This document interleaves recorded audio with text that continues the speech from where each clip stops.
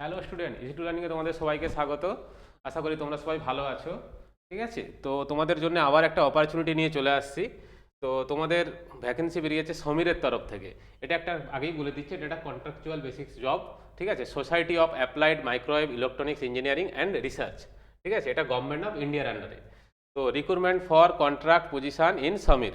Advertise number হচ্ছে 01/2026।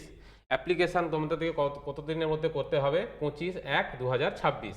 তো এখানে তোমাদের কাছে মাল্টিপল অপরচুনিটিস রয়েছে।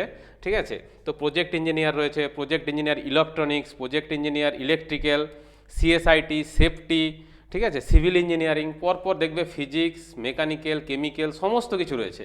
ঠিক আছে, তো এখানে পোস্ট কোড দিয়ে দেওয়া আছে কোন পোস্টের জন্য কারা এলিজেবল। এখানে ডিপ্লোমা থেকে শুরু করে বিটেক, আইটিআই সবাই এলিজেবল, কিন্তু তোমাদেরকে এই পোস্ট কোড দেখে দেখে নিতে হবে যে কোনটার জন্য তুমি এলিজিবল। দেখো post code, job description, essential qualification, job description দেখো পরপর দিয়ে দেওয়া আছে। প্রত্যেকটা পোস্টের আন্ডারে কি কি তোমার হচ্ছে যে ক্রাইটেরিয়া আছে সেটা তোমরা সবাই দেখে নেবে পরপর, কারণ এগুলো পড়তে গেলে অনেকক্ষণ দেরি হবে।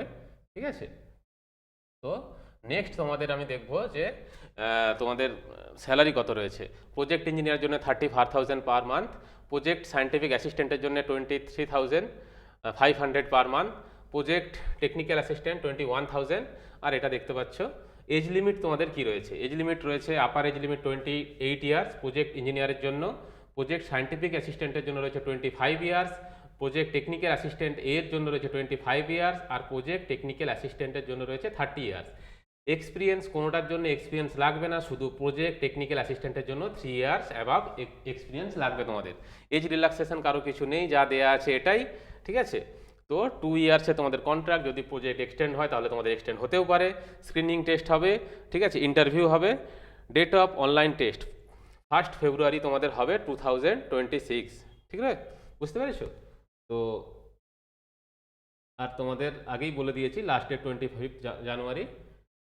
এখানে রয়েছে তোমাদের, তোমরা যদি সিলেক্ট হও অনলাইন অ্যাপ্লিকেশানে হচ্ছে কী কী দিতে হবে, proof of date of birth, passport size, marksheet, যা যা আছে এগুলো সব তোমরা অ্যাটেন্টিভলি দেখে নেবে পরপর।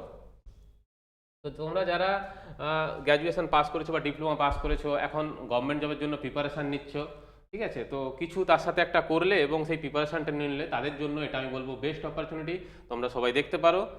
তো ওকে, আজকের মতো এখানেই রাখলাম।